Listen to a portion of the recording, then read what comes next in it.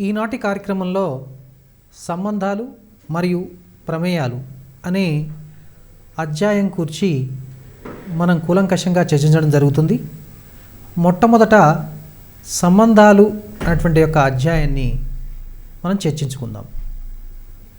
సంబంధాలు అనే అధ్యాయము నేర్చుకునే ముందు మనకు మొట్టమొదట క్రమయుగ్మం యొక్క భావన తెలిసి ఉండాలి. అంటే క్రమయుగ్మం అంటే ఆర్డర్ పేర్. అసలు క్రమయుగ్మం అంటే ఏమిటి? సో దాని గురించి చర్చించుకున్న తర్వాత సంబంధం అంటే ఏమిటి, సంబంధాల రకాలు, తర్వాత మనం ప్రమేయాల గురించి వివరంగా తెలుసుకుందాం. మొదట క్రమయుగ్మము. ఏ కామా బీలు రెండు సమితిలు అనుకుందాం. ఇప్పుడు ఏలో ఒక మూలకము అంటే ఏ బిలాంగ్స్ టు ఏ మరియు బిలో ఒక మూలకం B, B belongs to B అయితే ఏ కామా బి ఈ రూపంలో ఉండేదాన్ని క్రమయుగ్మము అంటారు. క్రమయుగ్మము అంటారు. క్రమయుగ్మము దీన్నే ఆర్డర్ పేర్ అంటారు. ఆర్డర్ పేర్. ఈ విషయాన్ని మనం గమనించాలి. ఇప్పుడు ఏ కామా బి అనే క్రమయుగ్మము, బి కామా ఏ అనే క్రమయుగ్మం తీసుకుందాం. ఈ రెండు సమానం అవుతాయా? బి అనేది ఏకు చెందదు, ఏ అనేది బికి చెందదు. కాబట్టి ఇక్కడ బి కామా ఏ క్రమయుగ్మము ఏ కామా బికి సమానము కాదు. అంటే A comma B is not equal to B comma A. సమానం కావాలంటే A is equal to B కావాలి. ఇది క్రమయుగ్మాలు. ఇప్పుడు మనము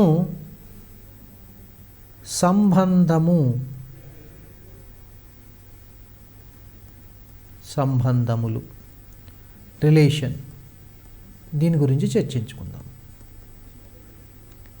రిలేషన్ దీన్ని ఇంగ్లీష్లో రిలేషన్స్ అంటారు. రిలేషన్స్. ఇప్పుడు మనము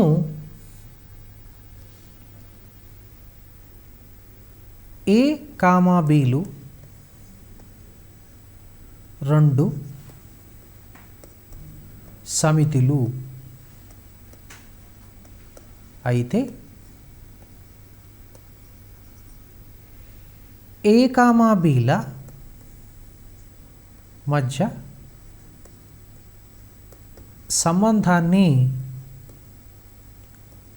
సంబంధమును కనుగొనాలంటే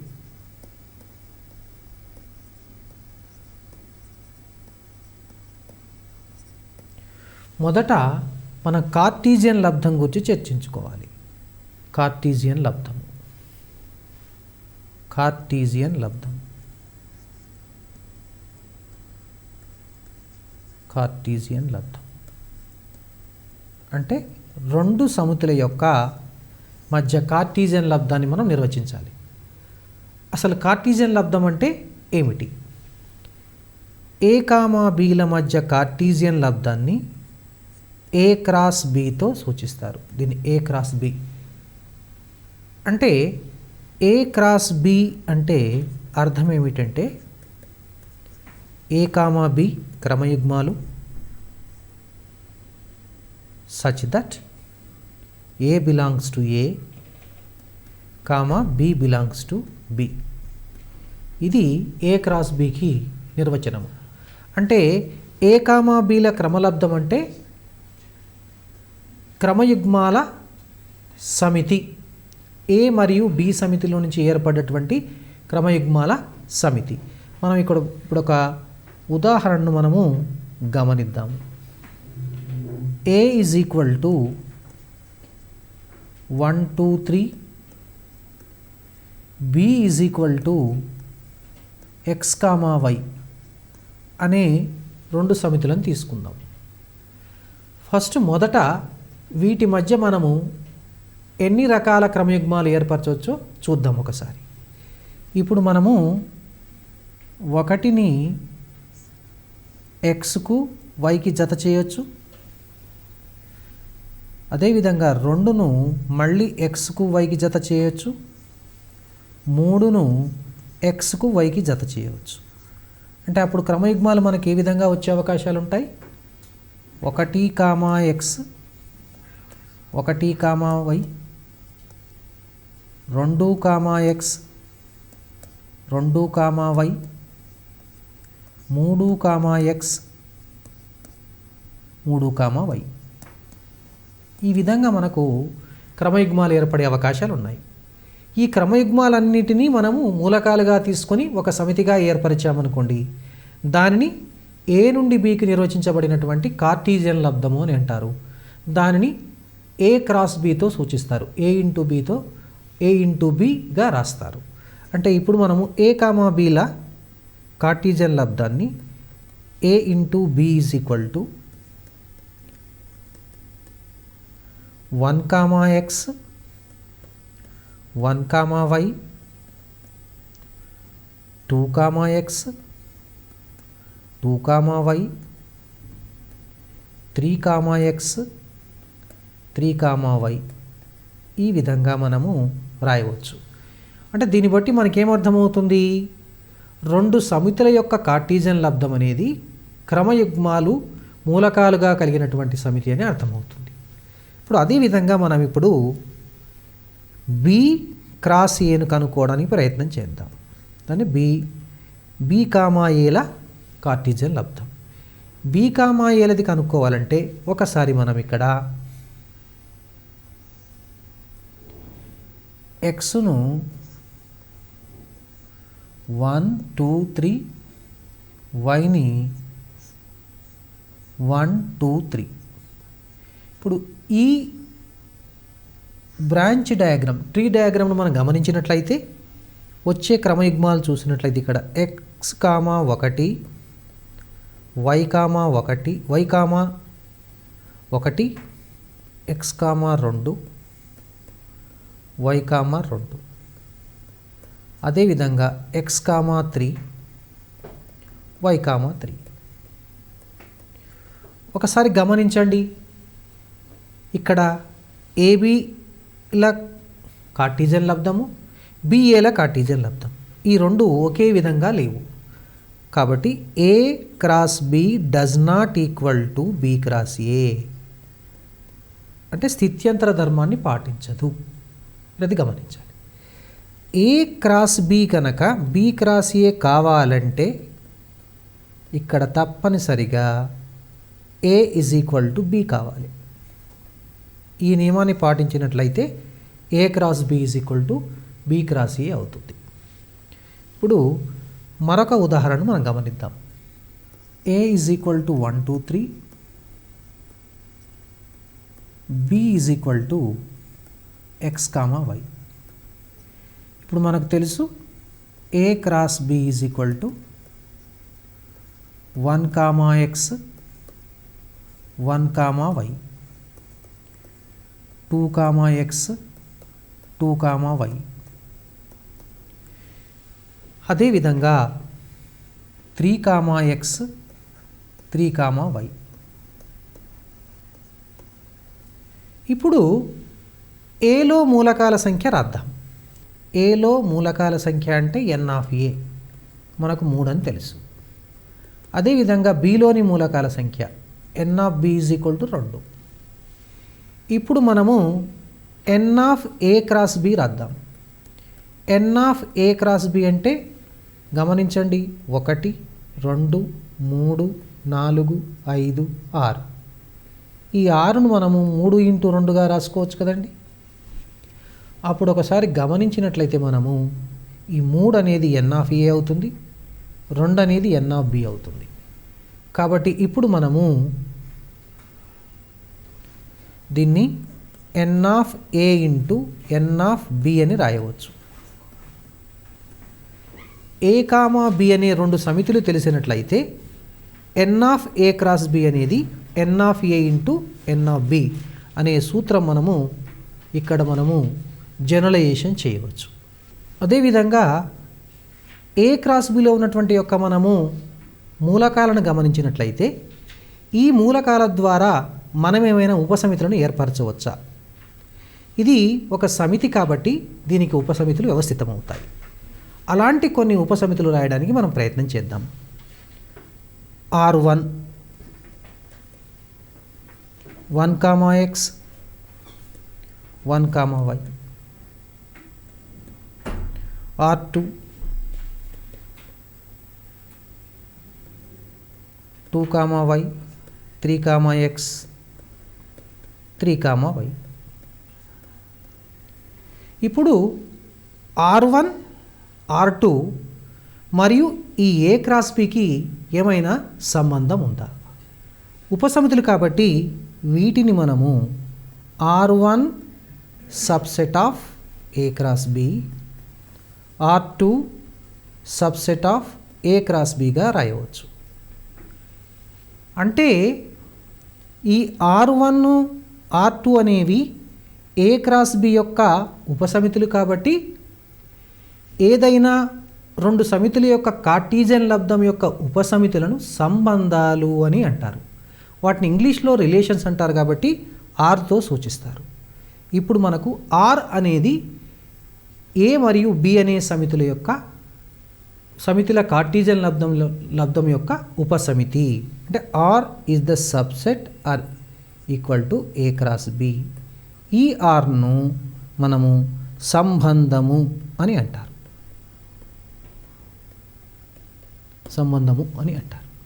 ఆర్ అనే సంబంధంలో ఎక్స్ కామా వై అని కేవలం ఒక మూలకం మాత్రమే ఉందనుకుందాం. అప్పుడు ఎక్స్కు మరియు వైల మధ్య సంబంధాన్ని ఎక్స్ రిలేటెడ్ టు వై అని అంటారు. అంటే దీన్ని ఎక్స్ రిలేటెడ్ టు వై అని రాయవచ్చు. అదేవిధంగా మరొక సంబంధము R is equal to X comma Y, Y comma Z ఉన్నట్లయితే ఎక్స్ రిలేటెడ్ టు వై, అదేవిధంగా వై రిలేటెడ్ టు జెడ్గా కూడా రాయవచ్చు. సంబంధముల రకాలు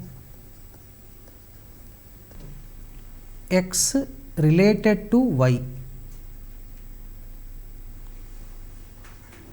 ఎక్స్ రిలేటెడ్ టు ఎక్స్ అయితే దీన్ని పరావర్తన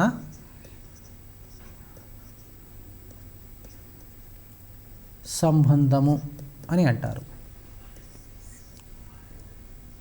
X related to Y, Y related to X దీన్ని సౌష్ఠవ సంబంధము అని అంటారు. సౌష్ఠవ సంబంధము అని అంటారు.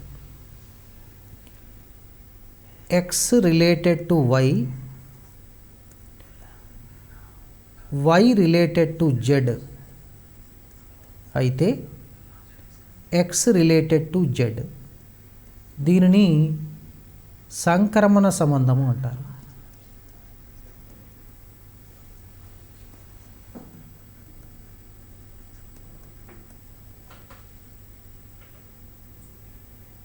X related to Y, Y related to Z అయితే X is equal to Y దీనిని ప్రతిసౌష్ఠవ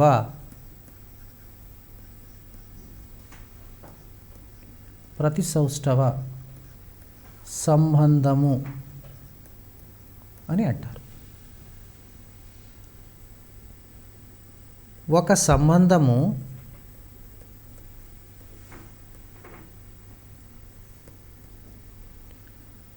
పరావర్తన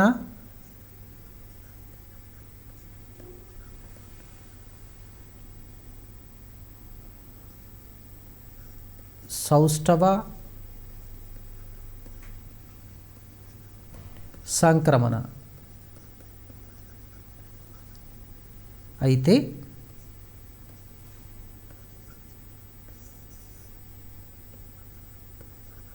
ఆ సంబంధాన్ని తుల్య సంబంధము అని అంటారు. తుల్య సంబంధము అంటారు. ఇప్పుడు మనము ఏ సమితి నుండి బి సమితికి ఎన్ని సంబంధాలను మనం నిర్వచించవచ్చు వాటి గురించి మనం చర్చించుకుందాం. ఏలో మూలకాలు కనుక ఎన్ ఆఫ్ ఏ అనుకుందాం. ఏలోని మూలకాలు ఏ నుండి బికి నిర్వచించగల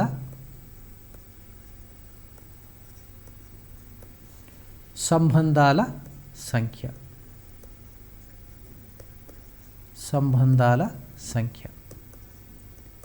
ఇక్కడ మనం ఒక విషయాన్ని దృష్టిలో పెట్టుకోవాలి. సంబంధము అంటే అర్థం ఏమిటి? సంబంధము అంటే కార్టీజియన్ లబ్ధం యొక్క ఉపసమితి. కాబట్టి ఒక సమితి యొక్క ఉపసమితి కనుక్కోవడానికి మనకు సాధారణ సూత్రం ఉంది. కాబట్టి ఆ సూత్రాన్ని కనుక మనము దీనికి అనువర్తింపచేస్తే ఏ నుండి బికి నిర్వచించగల సంబంధాల సంఖ్య వస్తుంది. అంటే ఉదాహరణకు ఏ సమితి యొక్క కార్డినల్ సంఖ్య మనకు ఎన్ ఆఫ్ ఏ అని తెలుసు, బి సమితిది ఎన్ ఆఫ్ బి అని మనకు తెలుసు. ఇప్పుడు ఏ క్రాస్ బిది N of A cross B. ఈ ఏ క్రాస్ బి యొక్క ఉపసమితుల సంఖ్య మనకు 2 n of A cross B. కాబట్టి 2 n of A cross B. N of A cross బికి మనం సూత్రాన్ని నిర్వచించుకున్నాం. కాబట్టి ఈ N of A cross B అనేది N of A into N of B. ఇప్పుడు ఈ సూత్రాన్ని మనము 2 n of A into N of B అని రాయవచ్చు. ఇప్పుడు మనం ఒక సమస్యను పరిశీలిద్దాం. A is equal to 1 2 3, B is equal to A comma B comma C. అయితే N of A cross B is equal to first option 6, B second option 3, C 9, D 10. ఇప్పుడు ఇక్కడ చూడండి, N of A is equal to 3, N of B is equal to 3. మనకు కావలసింది N of A cross B. కాబట్టి N of A cross B is equal to N of A into N of B. అంటే 3 into 3, so 9 అవుతుంది. So ఇక్కడ correct option మనకు C. C is the right answer. మనం ఈ విధంగా సమస్యను మనము సాధించుకోవచ్చు. A is equal to 1 2 3, B is equal to A comma B. అయితే ఏ నుండి బి వరకు నిర్వచించగల సంబంధాల సంఖ్య.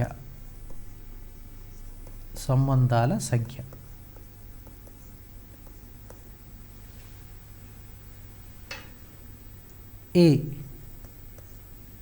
64, బి 32, సి 16, డి 6. ఏ అనే సమితి మరియు బి అనే సమితి వరకు నిర్వచించగల సంబంధాల సంఖ్య కనుక్కోవాలంటే మొదట మనకు అవసరమైనటువంటి దత్తాంశం ఏమిటంటే ఏ అనే సమితి యొక్క కార్డినల్ సంఖ్య, బి అనే సమితి యొక్క కార్డినల్ సంఖ్య మనకు తెలవాలి. ఏ అనే సమితిలో 3 మూలకాలు ఉన్నాయి కాబట్టి దాని యొక్క కార్డినల్ సంఖ్య N of A is equal to 3. అదేవిధంగా బి అనే సమితిలో 2 మూలకాలు ఉన్నాయి కాబట్టి దాని యొక్క కార్డినల్ సంఖ్య N of B is equal to 2. మొదట మనకు ఈ 2 అంశాలు తెలిసినట్లయితే ఏ నుండి బి వరకు నిర్వచించగల సంబంధాల సంఖ్యను మనము 2n of A into N of B అనే సూత్రం ద్వారా మనము దాన్ని సులభంగా కనుక్కోవచ్చు. సో మొదట N of A 3, N of B is equal to 2. కావలసిన సంబంధాల సంఖ్య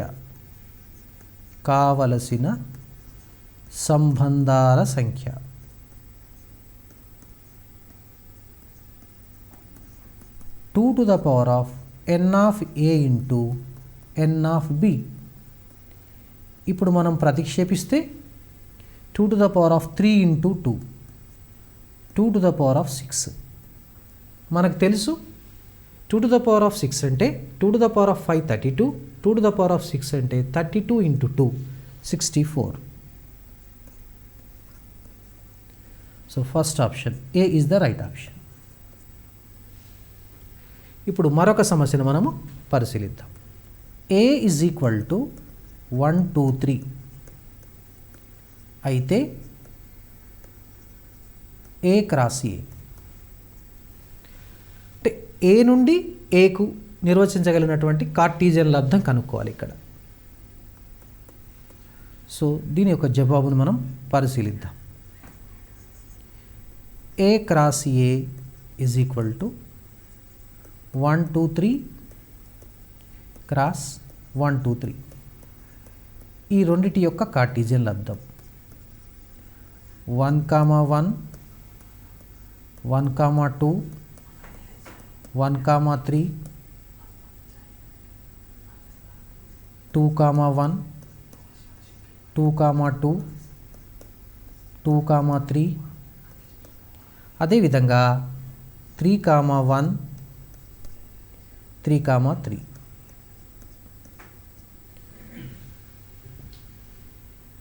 దీన్ని ఆధారంగా చేసుకొని మనకు కొన్ని సమస్యలు కూడా అడగవచ్చు. ఏ ఈజ్ ఈక్వల్ టు 1, 2, 3 అయితే ఏ నుండి ఏకు నిర్వచించగల సంబంధాల సంఖ్య. ఇప్పుడు చూడండి N of A is equal to 3 కాబట్టి సంబంధాల సంఖ్య కావలసిన సంబంధాల సంఖ్య 2n ఆఫ్ ఏ స్క్వేర్ అవుతుంది. So 2 square. సో 2 9. సో ఈ విధంగా మనము ఇది గణించవచ్చు. మనం ఇప్పుడు ప్రమేయాల గురించి చర్చించుకుందాం. ప్రమేయాలు, ఫంక్షన్స్.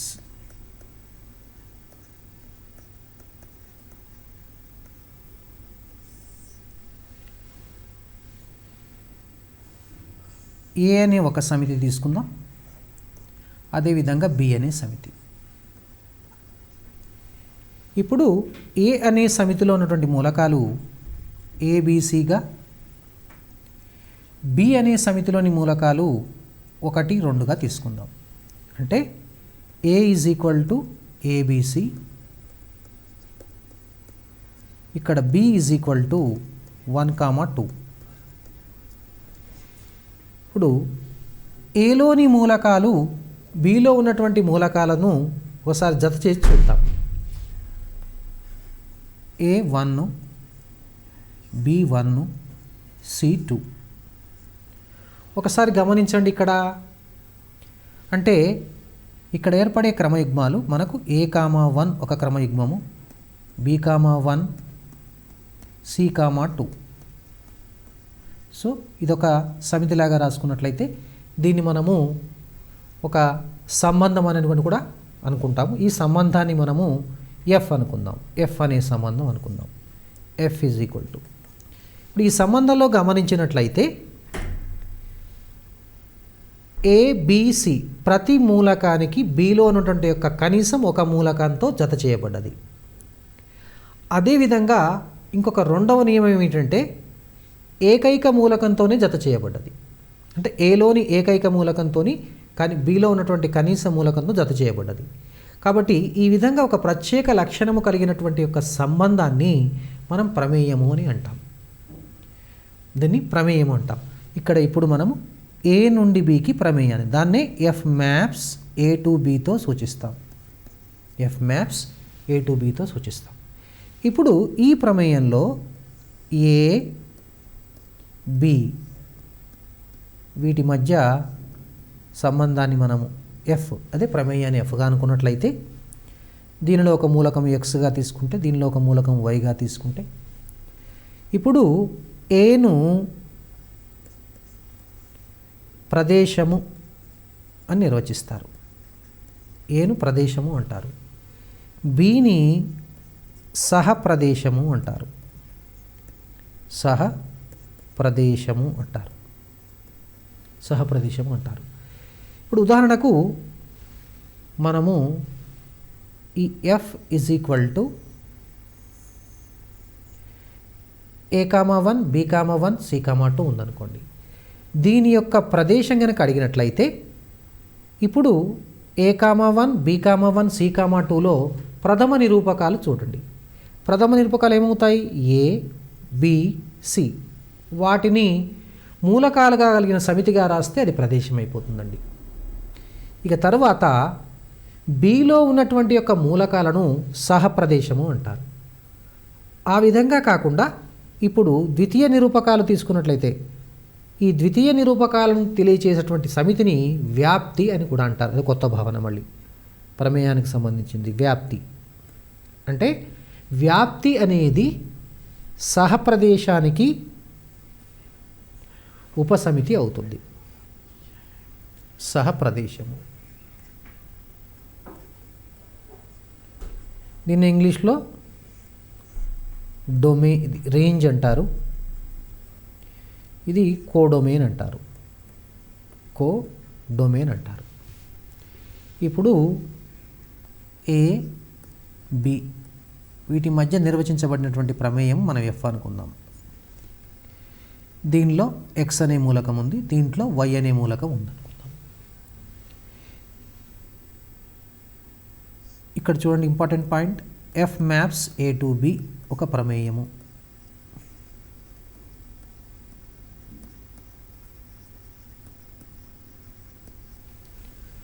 అదేవిధంగా ఏను ప్రదేశము, domain, బిని సహప్రదేశము,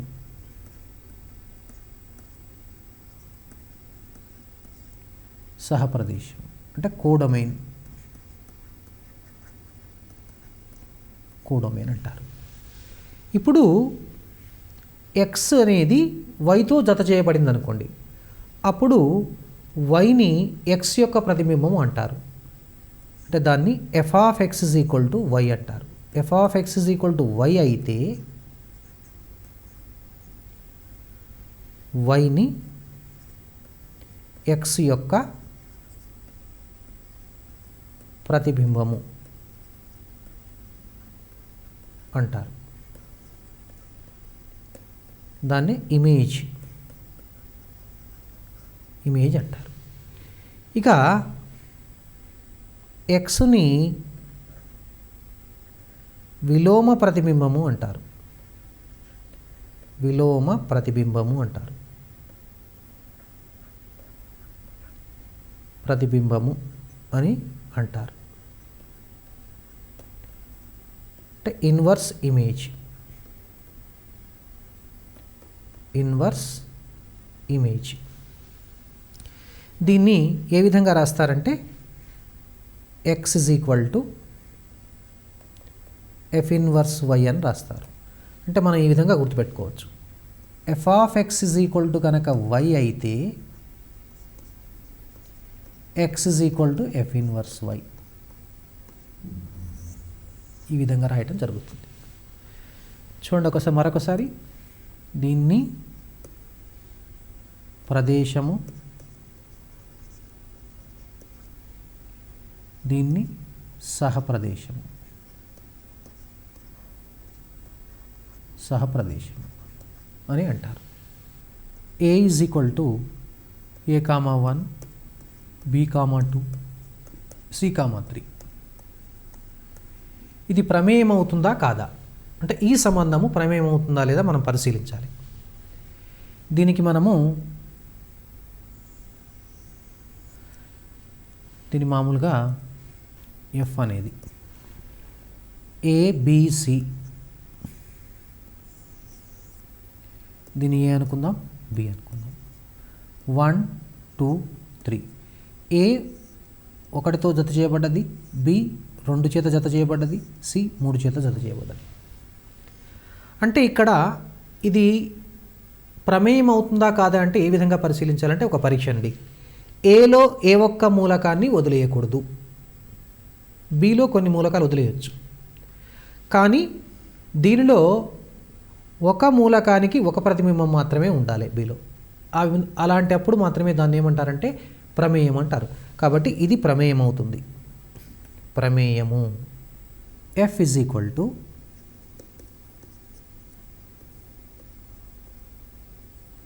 A,1, A,2, B,3, C,4. ఇప్పుడు మనము A is equal to A B C మరియు B ఈజ్ ఈక్వల్ టు 1 2 3 4 అనుకుందాం. ఇప్పుడు ఇది ప్రమేయం అవుతుందా కాదా మనం చర్చించాలి. ఒకసారి దీనికి మనము పటం ద్వారా పరిశీలిద్దాం, వెంచిత్రం ద్వారా. ఏ అనే సమితి, బి అనే సమితి తీసుకుందాం. A B. ఏలో మూలకాలు ఏబిసి, బిలో మూలకాలు 1 2 3 4. ఇప్పుడు ఏ 1తో జత చేయబడ్డది, ఏ మళ్ళీ 2 చేత జత చేయబడ్డది, బి 3తో, సి 4తో. ఇక్కడ ఒక విషయం మనం గమనించవచ్చు. ఏమిటంటే ఏ అనే మూలకానికి ఇక్కడ మనకు 2 ప్రతిబింబాలు వ్యవస్థితం అవుతున్నాయి బిలో. కాబట్టి కనీసం ఒకటే ఉండాలి. కాబట్టి ఇది ప్రమేయం కాదు, కేవలం సంబంధం మాత్రమే. అంటే దీని నుంచి మనం ఒక పాయింట్ చెప్పవచ్చు. ఏంటంటే ప్రమేయం అనేది సంబంధం అవుతుంది, కానీ ప్రతి సంబంధము ప్రమేయం కానవసరము లేదు. ఇది ప్రమేయము కాదు. అదేవిధంగా ఇంకొక ఉదాహరణ తీసుకుంటే దీనికి సంబంధించిందే. A is equal to A B C, B is equal to 1 2 3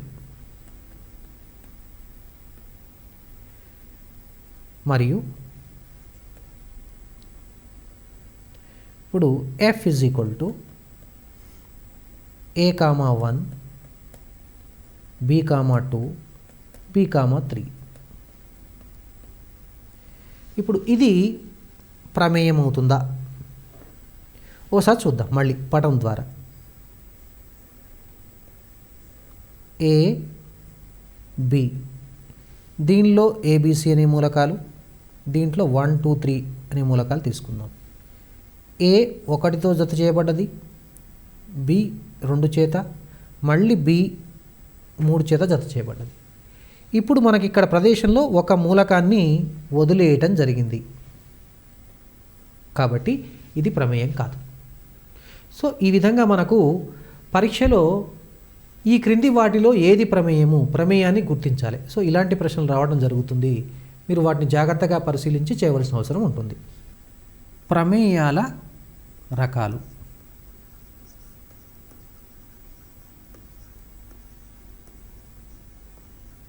types of functions. ఇప్పుడు ఒక ప్రమేయాన్ని మనం పరిశీలిద్దాం ఉదాహరణ ద్వారా.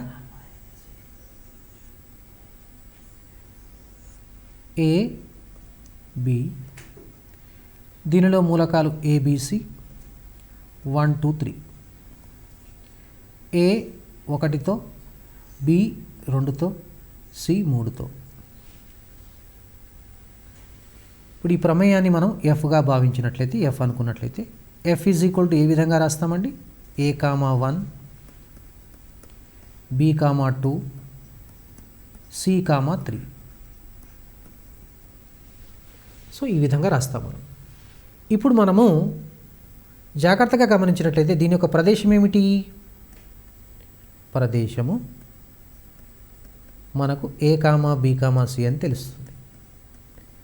అదేవిధంగా సహప్రదేశం 1 2 3. వ్యాప్తి. వ్యాప్తి అంటే ద్వితీయ మూలకాల యొక్క సమితి 1 కామా 2 కామా 3. ప్రదేశము వ్యాప్తి. ఇప్పుడు ఒకసారి మనము ఈ పటమును గమనించినట్లయితే ఏలో ఉన్నటువంటి యొక్క ప్రతి మూలకానికి బిలో ఉన్నటువంటి యొక్క ఏకైక మూలకంతో జత చేయబడ్డది. అన్ని మూలకాలు జత చేయబడ్డవి. సో ఇలాంటి ప్రమేయాన్ని ఏమంటారంటే అన్వేక ప్రమేయము అంటారు. ఏలోని ప్రతి మూలకమును బిలో ఉన్నటువంటి యొక్క విభిన్న మూలకాలతోని గనక జత చేయబడితే అలాంటి ప్రమేయాన్ని ఏమంటారంటే అన్వేక ప్రమేయము అంటారు. ఇప్పుడు మరొక ఉదాహరణ చూద్దాం. ఇప్పుడు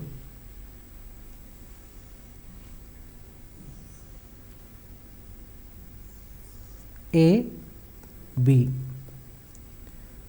1 2 3 4 ఏ బి సి డి ఈ 1 ఏతోని 2 బితోని 3 సితోని 4 డితోని. ఇది అన్వేక ప్రమేయం అవుతుందా? ఒకసారి గమనించండి. ఏలోని విభిన్న మూలకాలు బిలోని విభిన్న మూలకాలతోని జత చేయబడ్డాయి కాబట్టి ఇది అన్వేక ప్రమేయం అవుతుంది. అన్వేక ప్రమేయము. అన్వేక ప్రమేయము ఇది అన్వేక ప్రమేయం అవుతుంది. ఇప్పుడు మనము అన్వేక ప్రమేయం కావాలంటే ఏ నియమాన్ని పాటించాలో ఆ నియమం చూద్దాం. మనం అన్వేక ప్రమేయం కావాలంటే నియమము, కండిషన్ ఏంటి? నియమము. ఒకసారి ఇప్పుడు ఎన్ ఆఫ్ ఏ, దీనిలో ఉన్నటువంటి ఒక ఎన్ ఆఫ్ ఏ రాద్దాం. ఎన్ ఆఫ్ ఏ అంటే 3, ఎన్ ఆఫ్ బి 3. అదేవిధంగా ఈ ఉదాహరణలో N of A 4, N of B ఇక్కడ 5. అంటే ఇప్పుడు ఈ రెండింటి నుంచి మనము ఒకసారి N of A N of B, N of A N of వీటి మధ్య మనం ఏ సంబంధాన్ని గమనించాము? ఈ ఉదాహరణలో N of A is equal to N of B అయింది. ఈ ఉదాహరణలో N of A less than N of B అయింది. కాబట్టి ఇప్పుడు మనము ఏ నుండి బికి మనం ఒక అన్వేక ప్రమేయాన్ని గనక మనము నిర్వచించబడాలంటే ఏ నియమాన్ని పాటించాలి? ఏ కామా బీలు గనక 2 శూన్యేతర సమితులైనట్టయితే వాటి మధ్య అన్వేక ప్రమేయాన్ని గనక మనం నిర్వచించాలంటే అది N of A less than or equal to N of B కావాలి. ఈ కండిషన్ ఉన్నప్పుడు మాత్రమే అన్వేక ప్రమేయము నిర్వచితం అవుతుంది. ఇది మీరు గమనించండి. సంగరస్థ ప్రమేయం.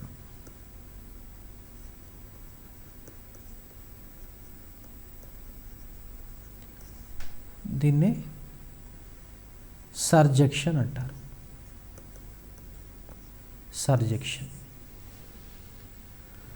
ఇప్పుడు మనకు ఏ ఒక సమితి, బి ఒక సమితి అయితే వీటి మధ్య నిర్వచించిన ప్రమేయం ఎఫ్ అనుకుందాం. ఇది ఎక్స్, ఇది Y. B is equal to కనుక ఎఫ్ ఆఫ్ ఏ అయితే B is equal to F of A. F of A అంటే ఇక్కడ వ్యాప్తి అని అర్థం. ఇక్కడ వ్యాప్తి.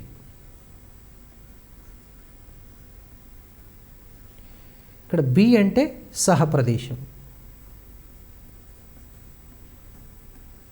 అంటే ఒక ప్రమేయంలో సహప్రదేశం కనుక వ్యాప్తికి సమానమైతే అంటే ఇక్కడ సహప్రదేశము ఈజ్ ఈక్వల్ టు వ్యాప్తి అయితే దాన్ని మనం సంగ్రస్త ప్రమేయము అంటాం. ఇప్పుడు ఉదాహరణకు తీసుకుందాం. ఒక ఉదాహరణ మనం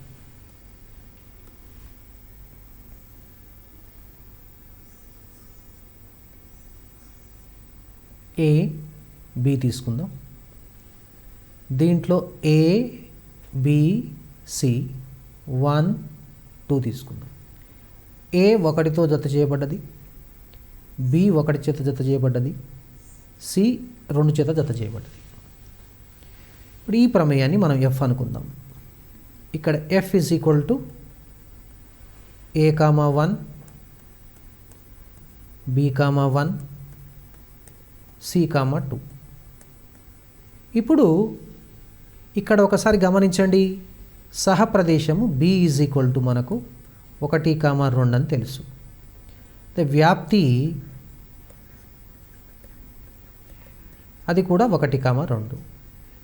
వ్యాప్తి అనేది సహప్రదేశానికి సమానమవుతుంది కాబట్టి ఈ ప్రమేయము సంగ్రస్త ప్రమేయం అవుతుంది. అదేవిధంగా ఏ బి అనే 2 సమితులు తీసుకుందాం. ఇది ఏ, ఇది బి, ఇది సి, ఇది 1, ఇది 2, ఇది 3 అనుకుందాం. ఏ 1 చేత, బి 2, సి 3కు జత చేసినట్లయితే ఈ ప్రమేయాన్ని మనం ఎఫ్ అనుకుందాం. F is equal to A comma 1, B comma 2, C comma 3.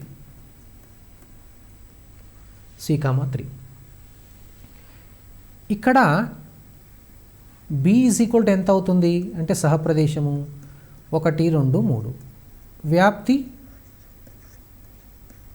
వ్యాప్తి అనేది కూడా 1 2 3.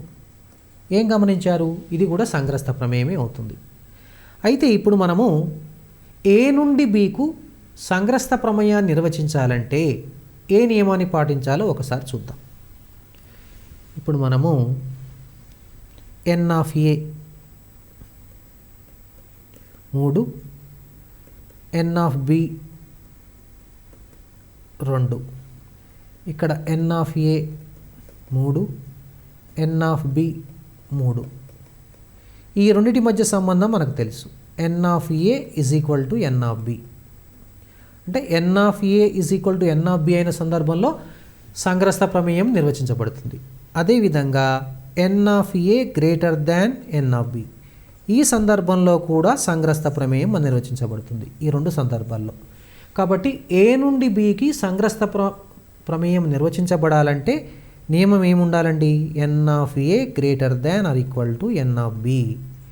ఈ నియమాన్ని పాటించినట్లయితే మనకు సంగ్రస్త ప్రమేయం నిర్వచించబడుతుంది, లేకపోతే సంగ్రస్త ప్రమేయం మనకు నిర్వచించబడదు.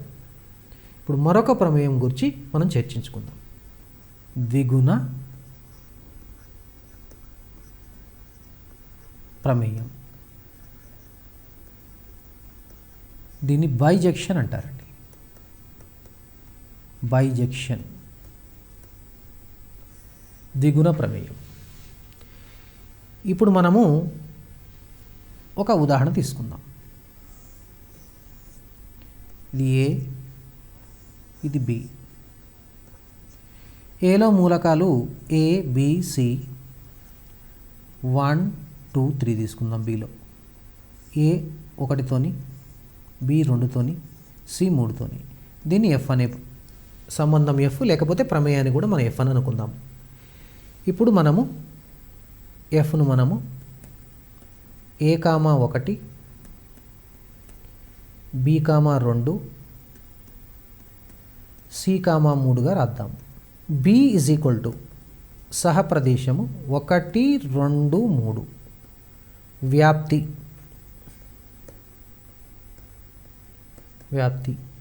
1 2 3.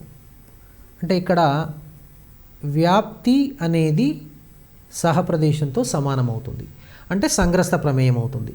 అదేవిధంగా మరొకసారి గమనించినట్లయితే ఏలోని విభిన్న మూలకాలు బిలోని విభిన్న మూలకాలతోని జత చేయబడ్డాయి కాబట్టి అది అన్వేక ప్రమేయం అవుతుంది. అంటే ఎఫ్ అనే ప్రమేయం అన్వేకమవుతుంది, సంగ్రస్తమవుతుంది. కాబట్టి ఈ ప్రమేయాన్ని ద్విగుణ ప్రమేయము అంటారు. అంటే ఇక్కడ మీరు గమనించినట్లయితే ఇక్కడ మనము ఎఫ్ అనేది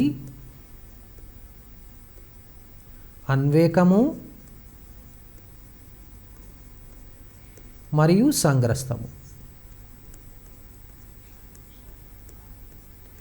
కావున ఈ విధంగా అన్వేకము మరియు సంగ్రస్తమయ్యే ప్రమేయాన్ని ద్విగుణ ప్రమేయము అంటారు. కాబట్టి ఇప్పుడు ఎఫ్ని ఇక్కడ ద్విగుణ ప్రమేయము అంటారు. ద్విగుణ ప్రమేయము, దీన్ని బైజెక్షన్ అంటారు. ఇప్పుడు బైజెక్షన్ కావాలంటే నియమం ఒకసారి చూద్దాం. దీనిలో N of A is equal to 3, N of B is equal to 3. వీటి మధ్య సంబంధాన్ని ఎలా ఏర్పరచవచ్చండి? N of A is equal to N of B. ఒక విషయాన్ని గమనించాలి, N of B is equal to N of B అయినప్పుడు మాత్రమే మనం సంగ్రస్త ప్రమేయాన్ని నిర్వచించవచ్చు. ఇంతవరకు మనము సంబంధాలు, ఆ సంబంధాల యొక్క రకాలు, అదేవిధంగా ప్రమేయం అంటే ఏమిటి, ప్రమేయాల రకాలలో అన్వేకము, సంగ్రస్తము, ద్విగుణ ప్రమేయం గురించి నేర్చుకోవడం జరిగింది. వీటికి సంబంధించినటువంటి మరికొన్ని అంశాలు వచ్చే తరగతిలో నేర్చుకుందాం. అంతవరకు సెలవు.